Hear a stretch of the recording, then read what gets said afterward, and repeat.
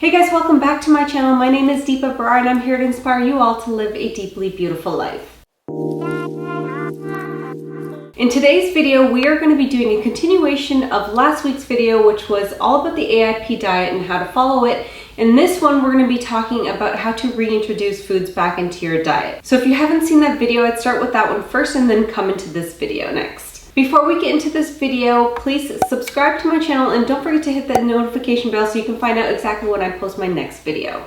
So for those of you that are new to my channel, welcome. Back in the end of 2016, I had lost 70% of my hair due to alopecia and I managed to grow it all back in doing several things, one of them being the AIP diet. And the AIP diet, or the autoimmune paleo or autoimmune protocol diet, is designed to basically remove and eliminate any sort of foods that can cause a reaction by your immune system and cause it to attack otherwise healthy cells in your body rather than what it's designed to do, which is fight bacteria and viruses. Part one is elimination. In this video, we're going to be talking about how to reintroduce the foods so that you can test what foods your body is reactive to and that you should try to eliminate from your diet going forward, or what foods you can actually tolerate. Now, this is not a one size fits all. This is going to be different for every single person.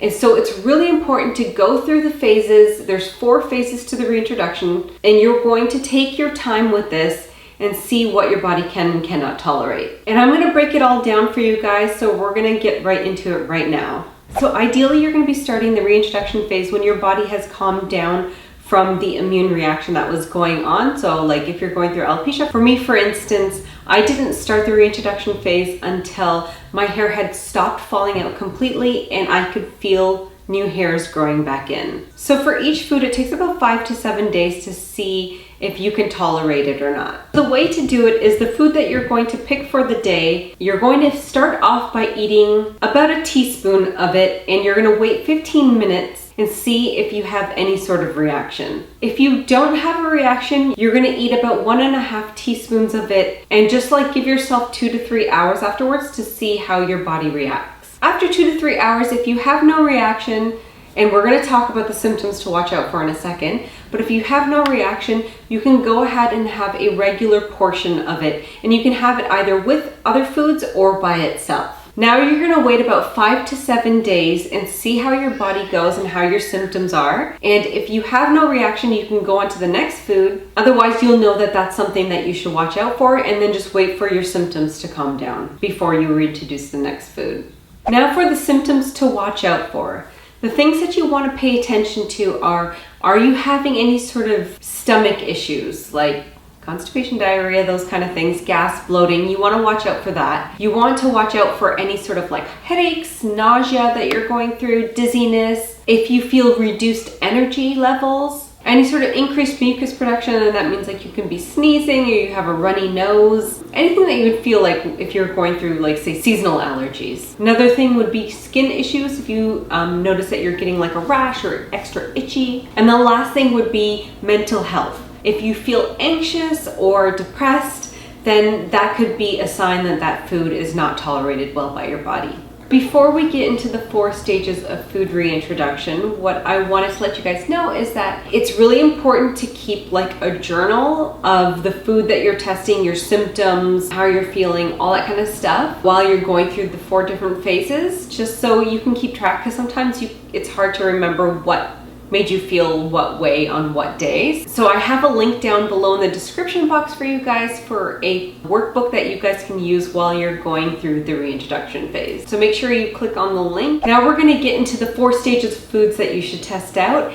And you don't have to stick to it in order of the 4 stages. You can kind of customize it. Just say if you really miss eating like chocolate or something like that, if that's like your thing, then I would suggest doing that in the beginning, and so that you don't feel so deprived, because it's a hard diet to stick to because it is so restrictive. So whatever you're missing the most, if you really miss it a lot, I would bump it up to the beginning of your reintroduction phase. If not, if you want to go through the order, this is the order of the 4 stages of reintroduction. And if you guys don't like to eat these foods, you don't have to obviously reintroduce them back into your diet. So just kind of play around with it and see how you want to do it. So the stage 1 foods are egg yolks, fruit, berry, and seed-based spices, seed and nut oils, ghee if you're into ghee, coffee, chocolate, peas and legume sprouts. So those are the foods that are in stage 1. So test out the ones that you want to, and then once you feel like your body is okay, like say you had a really bad reaction to like the last food that you tried, I would wait until your body has calmed down before you go into stage 2. All right, stage 2 foods: seeds, nuts, chia seeds, coffee on a regular basis. So in stage 1, you want to make sure that you're just trying to have coffee every now and then, not too often. But in stage 2, you can see if you tolerate coffee on a daily basis. Egg whites. So remember in stage 1, we talked about egg yolks, not the full egg. But in stage 2, you're going to be testing out egg whites. The other one would be grass-fed butter and alcohol in small quantities.